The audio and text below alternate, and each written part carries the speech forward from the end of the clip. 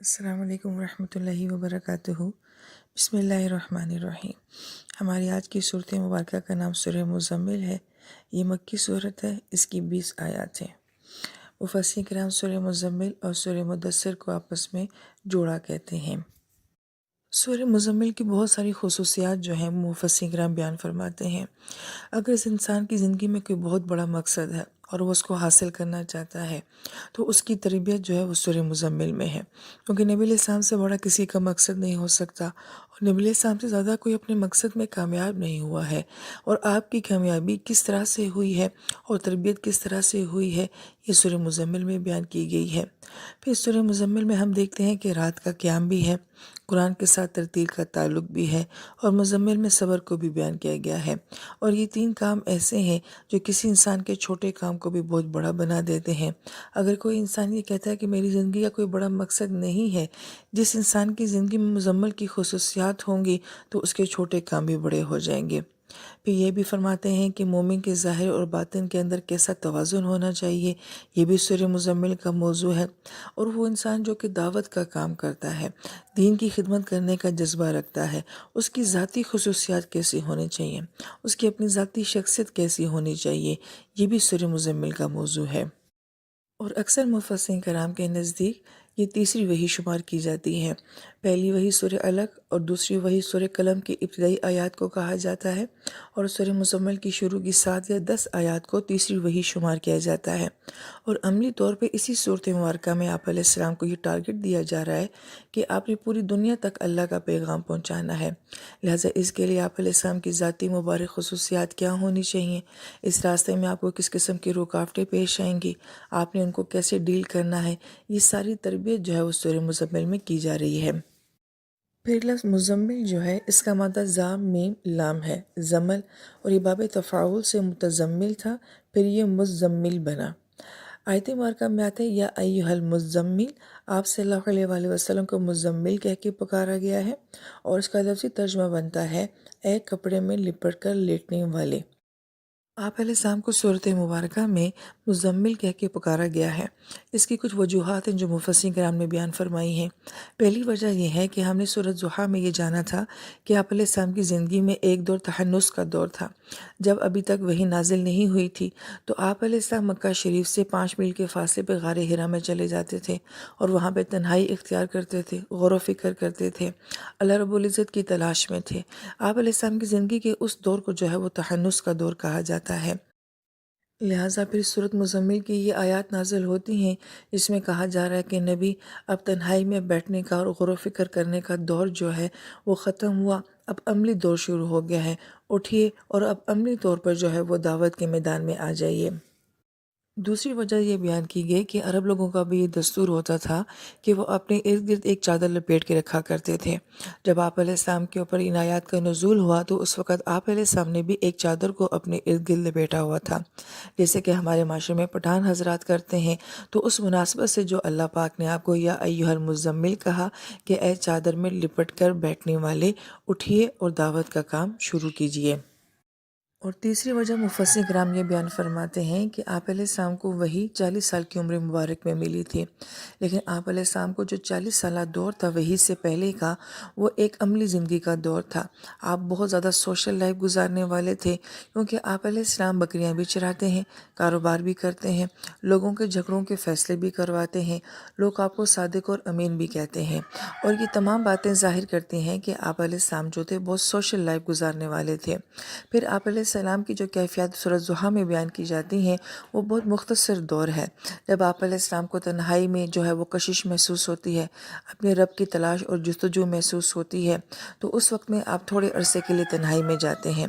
لیکن آپ علیہ السلام کا بالکل انداز باقی ساری زندگی کا ایسا نہیں تھا۔ پھر اس تنہائی کے دور میں اچانک آپ کو جبرائیل امین نظر آتے ہیں، جو کہ آپ کو اللہ کا پیغام پہنچاتے ہیں۔ تو اچانک ایک دوسری مخلوق کا سامنے آنا اور آپ علیہ السلام کو ایسے مخاطب کرنا، اور اس کی وجہ سے آپ علیہ السلام پہ جو ایک خوف کی کیفیت طاری ہو گئی تھی کہ آپ علیہ السلام گھر تشریف لے کر آتے ہیں، فرماتے ہیں زمبیلونی، مجھے کچھ اڑا دیجیے، مجھے کچھ اڑا دیجیے۔ تو گویا کہ اس ساری کیفیت کو جو ہے یا ایھا المزمل سے بیان کیا گیا ہے۔ مفسرین کرام فرماتے ہیں کہ اس میں قطر نبی علیہ السلام کی عظمت اور شان کے خلاف کوئی بات نہیں پائی جاتی ہے کہ آپ علیہ السلام جبرائیل امین کو دیکھ کے کیوں گھبرائے، کیونکہ یہ عین فطرت کا تقاضا تھا کہ جب کوئی یکدم دوسری مخلوق سامنے آتی ہے تو ایسی کیفیات جو ہیں وہ طاری ہو جاتی ہیں۔ تو گویا کہ اس مناسبت سے ہے آپ علیہ السلام کو مزمل کہا گیا ہے۔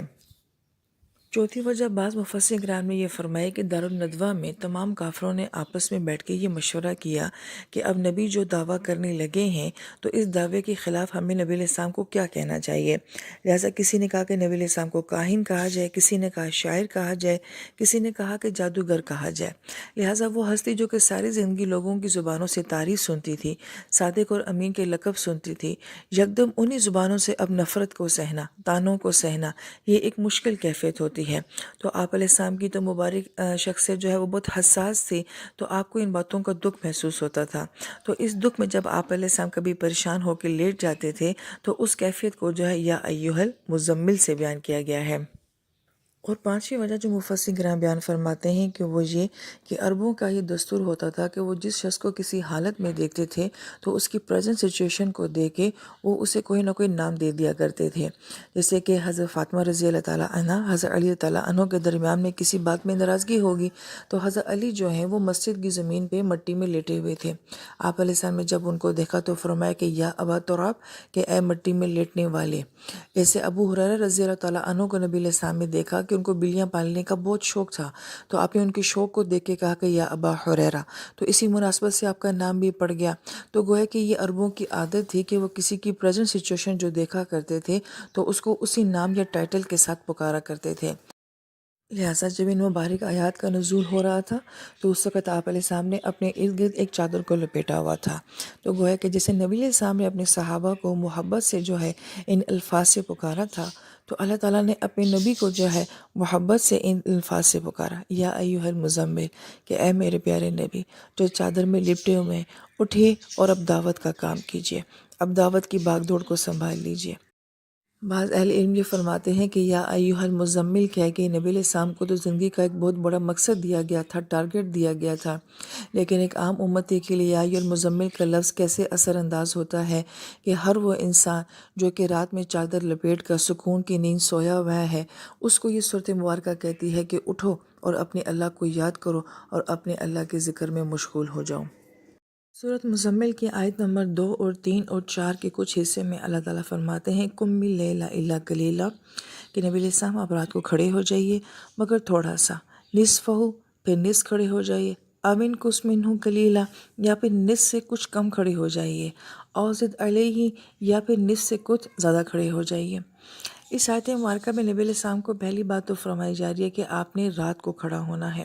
سب سے پہلے نبی علیہ السلام کو اپنی دعوت، اپنی تبلیغ کے لیے جس بات کا حکم دیا جا رہا ہے وہ یہ کہ آپ نے راتوں میں کھڑے ہو کے اللہ کے سامنے جو ہے پہلے اللہ کو منانا ہے۔ اب دیکھیں کہ سب سے پہلی جو ہے آیت مبارکہ سورہ الگ کی ہے، اور اس میں جو ہے وہ اقرا پڑھنے کا حکم دیا گیا۔ دوسری کے بارے میں فرماتے ہیں کہ وہ قلم ہے، اس میں آپ علیہ السلام کی اخلاق کی جو ہے وہ تعریف کی گئی، اور وہ اخلاق جو کہ آپ علیہ السلام کا نبی بننے سے پہلے ہے، نبوت کا ظاہر ہونا 40 سال کی عمر میں ہوا تھا، اس سے پہلے جو ہے آپ علیہ السلام کا اخلاق ہے۔ اور پھر یہاں پہ جو ہے کہا گیا ہے کہ قم باللیل، اب تیسری بات کہی جا رہی ہے کہ اب آپ نے عبادت کرنی ہے، اور عبادت میں بھی سب سے پہلے جو ہے وہ رات کی عبادت کا حکم دیا گیا کہ قم باللیل، کے نبی علیہ السلام آپ نے رات کو کھڑا ہونا ہے۔ پھر بعض مفسرین کرام یہ فرماتے ہیں کہ بڑی خوبصورت بھی آیتیں مبارکہ ہیں، بڑی عجیب بھی آیتیں مبارکہ ہیں کہ اللہ پاک کی طرف سے ہمیشہ دو ٹوک بات آتی ہے، کلیئر بات آتی ہے، مگر ان آیتیں مبارکہ میں ہم بھی دیکھتے ہیں کہ اللہ پاک پہلے فرماتے ہیں کہ نبی تھوڑا سا کھڑے ہو جائیں، پھر فرماتے ہیں کہ نہیں نبی ایسا کریں کہ آدھی رات کھڑے ہو جائیں، پھر فرماتے ہیں کہ نہیں آدھی سے کچھ کم، آدھی سے کچھ زیادہ۔ تو اللہ تعالیٰ اتنی باتوں کو کیوں مختلف انداز میں بیان فرما رہے ہیں؟ ڈائریکٹ کہتے ہیں کہ نبی علیہ السلام آپ نے جتنا کھڑا ہونا ہے آپ کھڑے ہو جائیں، آپ علیہ السلام جو ہیں وہ تعمیل کریں گے، لیکن فرماتے ہیں کہ یہ اللہ تعالیٰ کا ایک عشق کا انداز ہے، ایک محبت کا انداز ہے اپنے نبی کے ساتھ، کہ جب اللہ پاک اپنے نبی علیہ السلام کی کمزوری کو دیکھتے ہیں ذوف کو دیکھتے ہیں، ان کے آرام کو دیکھتے ہیں، تو فرماتے ہیں کہ نبی ایسا کریں کہ آدھی رات سے کچھ کم کھڑے ہو جایا کریں۔ لیکن پھر جب اللہ تعالیٰ چاہتے ہیں کہ میرا نبی میرے ساتھ بہت زیادہ وقت گزاریں، بہت زیادہ محبت کی باتیں ہوں، تو فرماتے ہیں کہ نہیں، نبی علیہ السلام ایسا کریں کہ نصف سے کچھ زیادہ کھڑے ہو جایا کریں۔ تو گویا کہ یہاں پہ عشق اور محبت کی بات کی جا رہی ہے کہ نبی نصف سے کچھ کم کر لیں یا نصف سے کچھ پھر زیادہ کر لیں۔ بڑی خوبصورت بات ہے، جب کمی کہی گئی ہے تو نبی علیہ السلام کا خیال رکھا گیا ہے، اور جب زیادتی کا کہا گیا کہ نصف سے زیادہ ہونا چاہیے تو محبت کی وجہ سے کہا گیا ہے۔ لیکن مفسرین کرام یہ فرماتے ہیں کہ جو سٹینڈرڈ معیار دیا گیا ہے وہ یہ ہے کہ نصف رات، کہ نصف سے یا تو کم ہو یا نصف سے زیادہ ہو۔ پھر آپ علیہ السلام نے 1 سال تک، اور صحابہ کرام نے بھی آپ علیہ السلام کے ساتھ 1 سال تک جو ہے اس حکم پر عمل کیا ہے، اور اس شدت کے ساتھ عمل کیا ہے کہ اب وہاں پہ گھڑیاں تو ہوتی نہیں تھی، اور یہ لوگ اتنی اعلیٰ ہستیاں تھیں، یہ ہماری طرح ٹائم تھوڑی دیکھتی تھی کہ 5 منٹ پڑھ لیے، 10 منٹ پڑھ لیے، آدھی ہو گئی ہے کہ نہیں ہو گئی ہے۔ ان لوگوں نے جب قیام کرنا شروع کیا، ان ہستیوں نے، تو انہوں نے اتنا قیام کیا کہ پوری پوری رات ہی جاگا کرتے تھے کہ کہیں نصف سے ہم کم نہ ہو جائیں، کہیں وہ جو معیار اللہ پاک نے دیا ہے اس میں کوئی کمی کوتاہی نہ ہو جائے۔ یہاں تک کہ اس قدر جماؤ کے ساتھ انہوں نے پوری پوری رات عبادات کی ہیں کہ ان کے پاؤں مبارک سوج جایا کرتے تھے۔ پھر 1 سال تک جب یہ شدت رہی ہے تو 1 سال کے بعد پھر اللہ پاک نے جو ہے وہ آسانی کا حکم دیا کہ اب تہجد کی نماز فرض نہیں رہی ہے، لہٰذا عام امت کے حق میں تو یہ سنت بن گئی، یہ نفل نماز بن گئی، لیکن نبی علیہ السلام نے ساری زندگی جو ہے اس کا اہتمام فرمایا ہے۔ اس لیے بعض مفسرین کرام نے یہ فرمایا کہ نبی علیہ السلام کے حق میں یہ ساری زندگی فرض ہی رہی ہے، باقی امت کے حق میں جو ہے یہ نفل بن گئی ہے، سنت بن گئی ہے، کیونکہ باقی امت کا اتنا سٹیمنا نہیں تھا کہ وہ اس حکم کے اوپر عمل کر سکتی، لیکن آپ علیہ السلام نے جو ہے اس حکم کو ساری زندگی نبھایا ہے۔